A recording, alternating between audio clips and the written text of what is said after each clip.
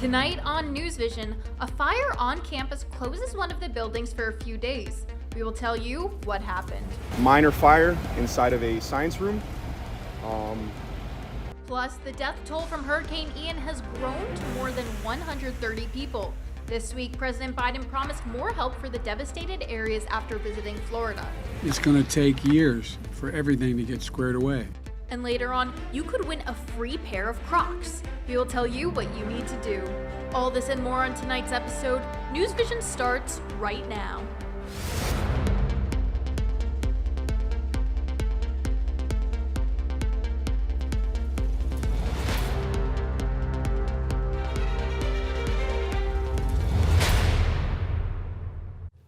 Good evening and welcome to NewsVision. I'm Charlie Hill. And I'm Regina Potenza. Thank you for joining us. The Cox Science Building on the Coral Gable campus is now reopened after a fire broke in one of its classrooms on Sunday. On Sunday, the Miami Hazmat team investigated the incident after firefighters reported it was a chemical fire. The building was evacuated and students were told to stay away while the officials determined that the situation was no longer a threat. So Coral Gables Fire, as well as and Coral Gables police responded to a minor fire inside of a science room. Fortunately, the building sprinkler system did its job and was able to extinguish the fire and also contain the fire to the room of origin. The building was closed at 11 a.m. on Sunday and did not reopen until Tuesday morning. Many students had classes on Zoom on Monday, and the investigation is still ongoing. 130 people are confirmed dead as a result of Hurricane Ian. The Category 4 storm slammed Florida's west coast last week, and hundreds of thousands are still without power. Yesterday, President Biden was on the ground and has seen the destruction in the hardest hit areas. By air and on foot, President Biden and the First Lady witnessing the deadly devastation unleashed by Hurricane Ian firsthand. Everything, this historic, titanic, and unimaginable storm just ripped it to pieces. You got to start from scratch, got to move again. And it's going to take a lot of time, not weeks or months. It's going to take years for everything to get squared away. The president vowing that federal aid will be in Florida for the long haul. We're not leaving until this gets done. People who fled Ian's wrath on Sanibel Island have now been able to return by boat. I'm blown away. This is unbelievable. Pretty much every structure on the island has some level of damage. Florida's governor has now ordered the transportation department to get repairs going immediately on the Sanibel Island Bridge and is having linemen airlifted in to restore power. To be able to start surveying the damage and creating a plan for restoration. I will tell you that I was in Sanibel today. You can go over it in a helicopter and you see damage, but it does not do it justice until you are actually on the ground and you see concrete utility poles sawed off right in half, massive power lines everywhere, massive amounts of debris. President Julio Frank released a statement that says the university has mobilized resources to assist students, faculty, and staff who have been affected by the hurricane. On this side of Florida, hundreds of people gathered to show support and stand in solidarity with the women and protesters in Iran. The protest was held at the Torch of Friendship Monument on Biscayne Boulevard. It was in response to the killings of women by the Islamic government, including Mahsa Amini. Amini was arrested by the regime for not wearing a hijab in line with the government regulations. Police said she had a heart attack and died days later. However, multiple eyewitnesses have said she was severely beaten by the police, which ultimately led to her death. They are killing people in the streets, so we need to stop it. We need to. They have to go out of the country. This is the end of their time. So we are here for them. Hopefully something will change very soon. The protest was held by the community group called Unite and Conquer, which strives to unite all Persians. The organization has information about upcoming protests on its website at letsuniteandconquer.com.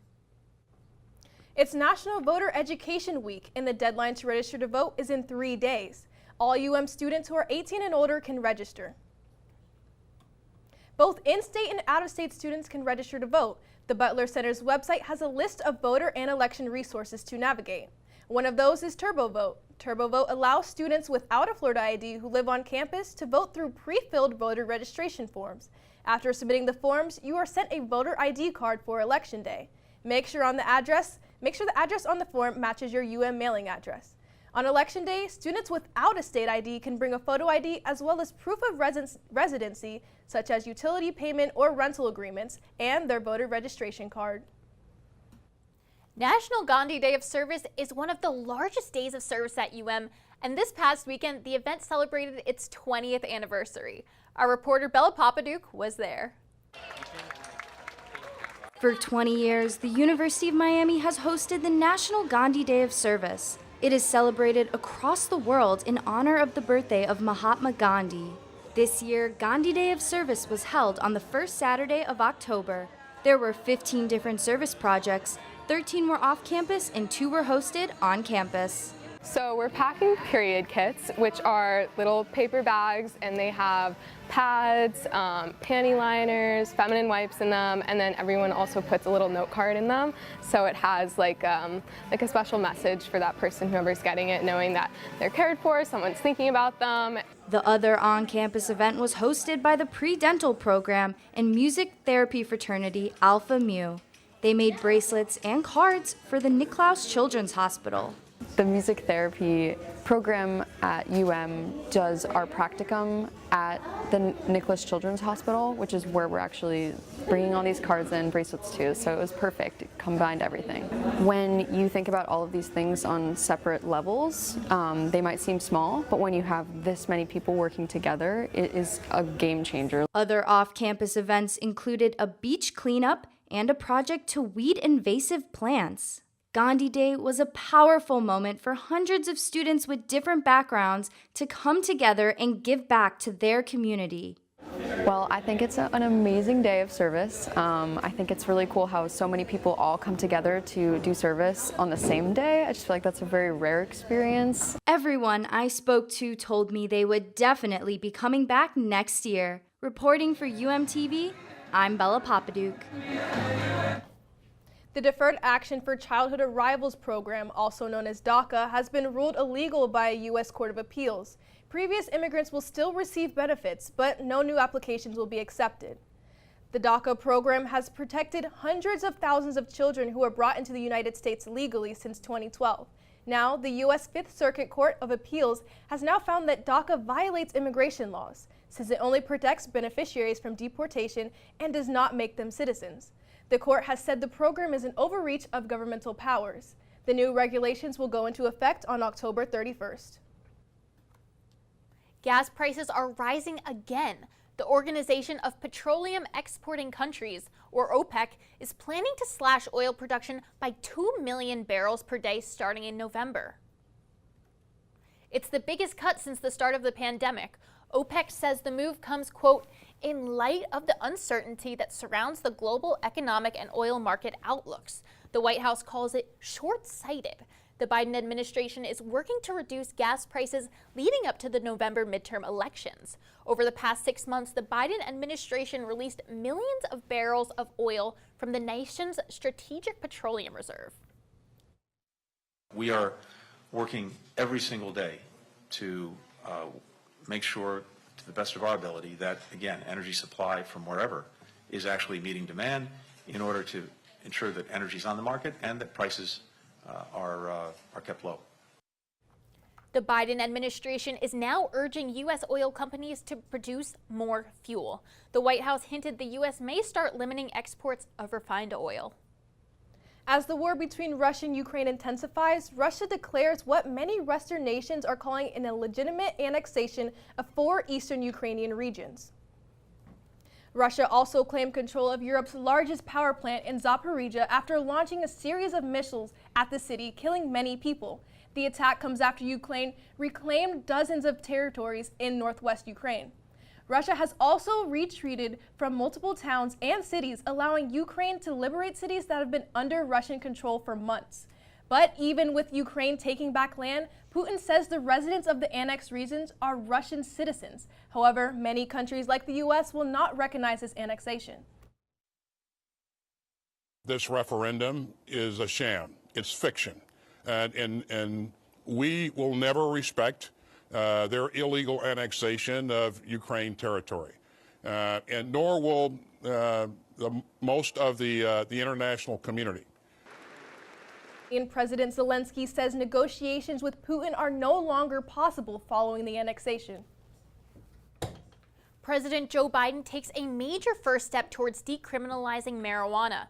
He said today he will pardon all prior federal offenses of simple marijuana possession. Senior administration officials say the move would affect thousands of Americans. The move fulfills a campaign pledge to erase prior federal possession convictions and begins the process of loosening federal classification of the drug. Marijuana remains illegal under federal law, even as individual states have moved towards legal use for recreational and medicinal purposes. It's time for a quick break now, but when NewsVision returns, we'll take a look at the Caribbean Week celebrations happening on campus tonight, and we'll take you live to the carnival happening right on campus. We'll be right back. Observe a domesticated human family in their natural habitat, known to their species as the backyard. Hey, you think I should light it now? I think it's good. Yeah.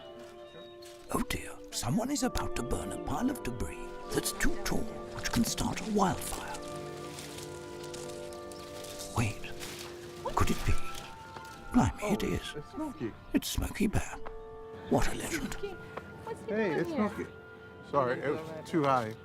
Right. Watch as he astutely ensures that there's no wind, and how he removes some of the debris to create a smaller, safer burning pile. No, you said make it bigger, baby. The bigger, the better. Take note of our fearless furry friend here, humans. I appreciate it. Fist bump. Watching you. Smokey's done it again. Bye, Smokey. Only you can prevent wildfires.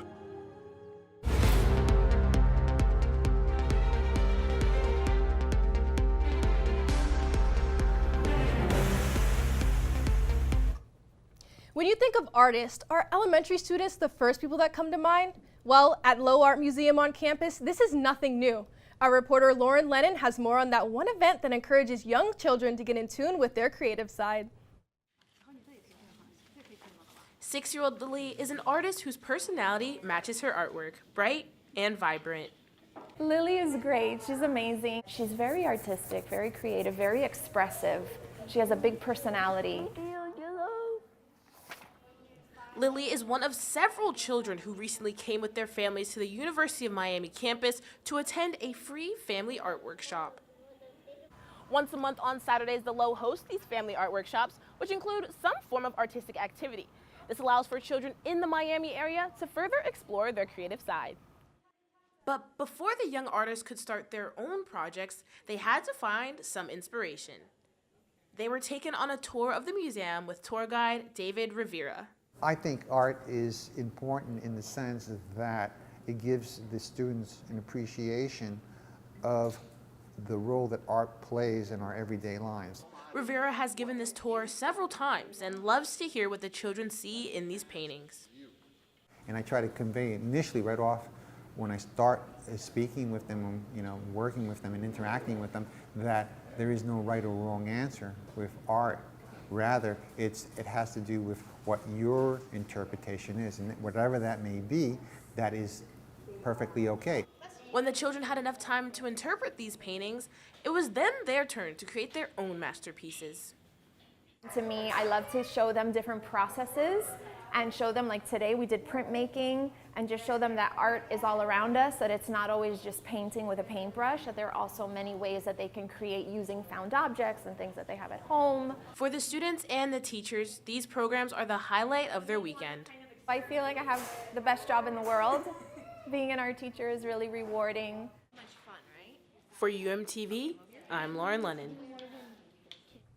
One organization is ending National Hispanic Month with a week-long celebration. The Caribbean Students Association hosted activities each day this week to celebrate students' Hispanic heritage. CSA held dominoes and dinner night on Monday, where students played games and ate traditional Jamaican food. One student explained, CSA provides Hispanic students with a place where they could share their culture and feel welcomed.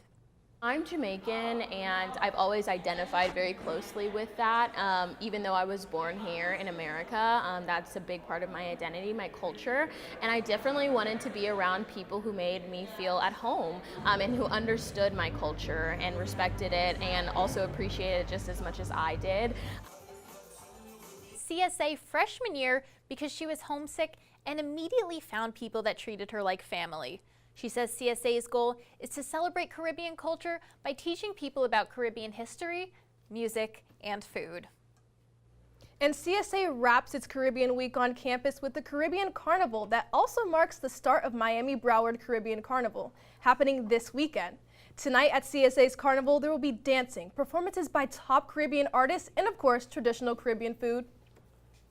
Our reporter Melanie Lowe is live at the Carnival. Melanie, how's it going over there at the celebration? Thanks so much, guys. The energy is definitely high here at the University of Miami's first ever Caribbean Carnival Showcase. Tonight at Lakeside Expo Center, UM's Caribbean Student Association kicks off Carnival in Miami with plenty of music, food, and fun. There'll be plenty of performances by UM student dancers, as well as a collaboration with Nova Southeastern University dancers. Doors open shortly tonight at 7:30 p.m. and the event is running until 11 o'clock tonight. Come on down to Lakeside Expo Center, guys. You definitely do not want to miss this event. Reporting live for UMTV, I'm Melanie Lowe. Thank you, Melanie. The weather is great tonight for this carnival. It is, especially with Parents Weekend. I mean, our parents are here today. Let's hope it stays that way. Quinn Davidson joining us now with the weather forecast. Quinn? Well, the weather has been absolutely spectacular today for us here in Miami. We are situating at very comfortable temperatures. 81 degrees currently in Miami, 80 in Fort Lauderdale, and 82 in the Keys. Unfortunately, Fort Myers and Naples are not showing data, but just a few minutes ago, they were situated at 82. We have a lot of dry air in our place, and that is going to allow for less moisture to persist through our region. Taking a look at our radar, we are looking at very quiet conditions, just a few flare-up of some showers over the coastal waters and right by the Everglades, but this does not seem to be an immediate threat for us here in Miami, and this pattern is going to continue over the next day or so due to a stationary front that is stalling right to the south of us here in Florida, which is allowing for a northerly flow of winds, and that is keeping our moisture levels very low. This is going to change by the time we get to Saturday, where that stationary front moves up just enough to allow for more moisture to flow into our region, which is going to allow for an increase of those shower and storm activity. And then a cold front follows right behind it, which is going to allow for an increased rain chance on Sunday. So if you are heading out of the house this weekend, definitely something to consider. And for our Canes who are heading to the Miami Gardens for that Hard Rock Stadium, we are looking at a forecast with sunny conditions, but that chance of showers and storms remaining more high than it has been the past few days. So if you are heading to those stadium seats, be sure to grab a poncho and umbrella. You do not want to be in the auditorium wet. And for tonight's forecast, we're looking at 74 degrees and partly cloudy. Tomorrow, very pleasant conditions, 86 degrees and mostly sunny. And for our 7-day forecast after Friday, we're looking at a more Miami-like type of forecast with those increased showers and storms over the weekend. Passing on to Fia. Thank you, Quinn. Just 10 minutes from the Pompano Beach shore stands a facility full of people who live against all odds. The people there call the owner a hero, and I was lucky enough to sit down with her. It's been fabulous. Tiffany Scuraton is a lifesaver. Overdosed over 30 times. Restoring hope in those who fell in love. I found the love of my life. With a killer. It's opiates. There is no better feeling than getting to see the ones that make it. The New Jersey native came to Pompano Beach 10 years ago with nothing but a dream and a supportive family. Tiffany opened her first sober living facility and dog rescue in 2015.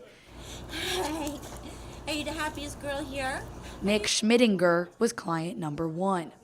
I was couch hopping, had nothing going for me, and she decided to give me a chance. Tiffany's goal is to help addicts recover in an unconventional way, pairing them with dogs who were also forgotten. Travis Dibble is 13 and a half months clean. Because there was days where I felt like using. Thanks to a furry little sober coach. I had my dog Emmy, and she would just know, and she would come up and give me kisses and let's play and take my mind off of that situation. The dog is healing you, 100%. Just as much as I'm healing her. Some might ask why Tiffany is dedicated to helping addicts recover. A little over 10 years ago, Tiffany was addicted to heroin. Lost, hopeless, had given up on life. What started out as casual smoking with her friends turned into a full-blown drug addiction. So I want to know what that feeling was that you were chasing. I don't so much a feeling as much as the wanting to not feel. Tiffany spent a decade of her life using drugs to not feel, but it would ultimately be her Yorkie, Isabella. When I wanted to give up, I couldn't because she depended on me. And her dad's tough love. The only thing I didn't cancel on her whole life was her medical insurance. That would keep her alive. Tiffany knew this wasn't the life she wanted, so she got on her knees and said, I said, God, please help me. I can't do this anymore, and I can't do this on my own. Tiffany would become a waitress, but she always knew her dream was to open a sober living facility and rescue dogs. Everyone told her it would never happen. But 2.5 years into her sobriety, she opened her first sober living home.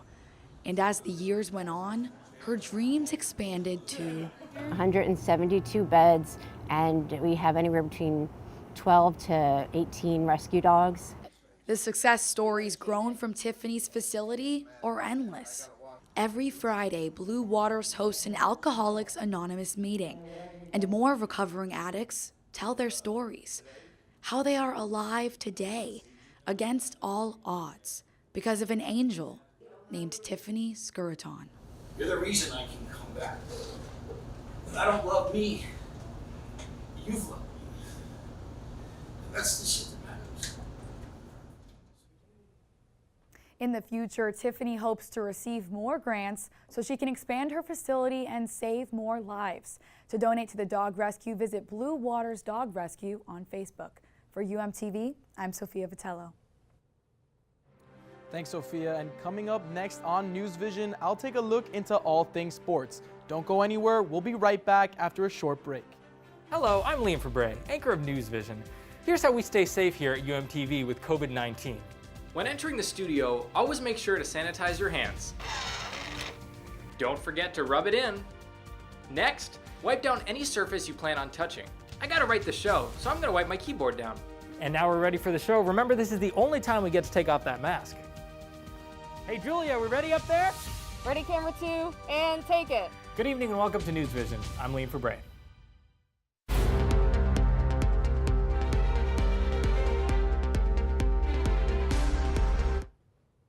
Welcome to sports. I'm Manny Nacarado. The Miami Marlins closed out their season on Wednesday at home versus the Atlanta Braves. The Marlins did not have their most successful regular season, but looked to get into the win column, 162. Let's take a look at those highlights. We'll pick things up in the bottom of the second. Peyton Burdick with a base hit to left. 2 runs are going to score for the Marlins to open up, leading 3-2 over the Atlanta Braves. What a clutch hit from Burdick to open up the game. Third, now Orlando Arcia pops one up into shallow center field. 3 players converging, and it's Charles LeBlanc who makes a great sliding catch. A tough play by LeBlanc, but the Marlins second baseman makes an amazing play. Now we're heading to the bottom of the 6th. Marlins down 6-5, and John Birdie rips one down the right field and down for a base hit into the corner. 2 runs come across the score as Birdie makes it to third with a triple. What a clutch hit from Birdie there. Now top of the 9, Dylan Floro on for the save and strikes out Vaughn Grissom to close it out. The Marlins win on the final game of the season by a final score of 12-9 over the defending champion Braves. On Monday, the Hurricanes head football coach Mario Cristobal announced that Tyler Van Dyke will start in Saturday's ACC opener against UNC. Van Dyke has started all 4 games for the Hurricanes this season and entered the season as a Heisman candidate. After the Hurricanes lost to Middle Tennessee State University, there was a call for the Hurricanes to turn to sophomore backup quarterback Jake Garcia. Well, you always have conversations with guys. When a guy has played as many games as he has, and it's not like he's been here for a ton of years, but he's been here long enough and has proven enough, where a guy that works hard like that has proven himself, you always give them the benefit of the doubt. You dive into tape, and you find ways to get him better. Van Dyke has thrown for 809 yards and 4 touchdowns so far this season, with 3 interceptions. And he'll look to help the Canes right the ship on Saturday afternoon at Hard Rock Stadium. The game kicks off at 4 p.m. The Hurricanes women's soccer team fell 1-0 against Florida State this past Sunday at Cobb Stadium. The Hurricanes played a great game against their rivals, but the defending NCAA champs were just too strong for the Canes. The Hurricanes will take on Virginia Tech tonight at 6 p.m. at Cobb Stadium on campus. And that's all the time we have for sports for today. Now back to you, Regina. Thanks, Manny. Time for another short break now, but when NewsVision returns, we'll tell you where you can get a free pair of Crocs. You don't want to miss that. We will be right back. Here are AARP top tips on caregiver preparedness during coronavirus.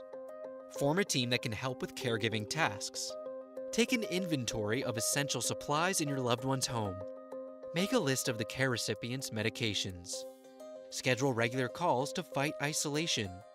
Finally, take care of yourself too. Follow the Centers for Disease Control's guidelines for coronavirus safety. For more caregiving tips, go to aarp.org/caregiving. Thank you for staying with NewsVision.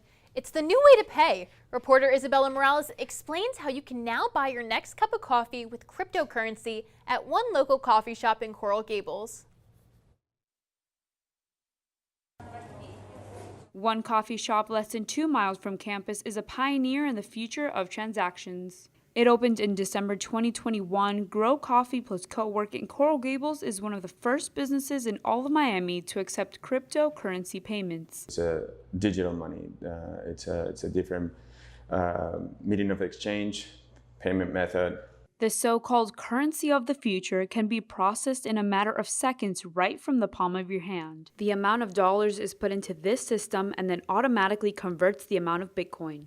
That system creates a barcode that you're going to scan with your wallet, and in seconds, the transaction's done. It's beneficial for us. I mean, it's a lot cheaper, it's faster, you get your money right away. You can use crypto to pay for drinks, pastries, shirts, water bottles, and even rent a co-work space inside the shop. But the cool way to pay does not stop with digital money. Grow also offers all students discounts on Tuesdays. Came here and they offered me a 10% discount for being a alum/student. That's a really great incentive to have me keep coming back. Perks like Cane Tuesday, Bitcoin, and delicious coffee are not the only things that make this coffee shop special. When you come to Grow, you're not supporting a family-owned business, and that's basically it. You're supporting a huge network, local network. You're supporting more than 60 local brands, 250 local entrepreneurs. You're supporting basically the dream of 80 local people. Whether you're a crypto investor, coffee connoisseur, student, or want a place to chat with friends, Grow Coffee plus Co-work has everything for any customer that walks through their door. Reporting for UMTV, I'm Isabella Morales. And finally, Crocs is celebrating their 20th anniversary by giving away thousands of their clogs for free. Crocs were released 2 decades ago, but made a huge comeback during the pandemic, becoming a must-need item. So if you don't own a pair, here's your chance to win free ones. In order to participate in Croctober, all you have to do is join the Crocs Club and opt in for emails, which is completely free. The giveaway ends tomorrow, so go enter for a final chance to win your free pair of Crocs. Oh, Charlie, I saw you wear yours this morning. I know you have a few pairs. They're my most comfortable pair of shoes, for sure, but you can hear me a mile away in those things. Oh, very true. I might have to get myself a pair. And, I mean, yours are really cute. You have rose gold. I got a lot of gibbets, though. That's the main event right there is the gibbets. Yeah. Oh, yeah, you got to customize them? What do you do? You buy them online? Etsy, maybe. Yeah, there we got a few to go. And that's all the show we have for tonight. Thank you for joining us. We're off on fall break next week, but we'll be right back here in 2 weeks. Until then, stay safe and have a great night.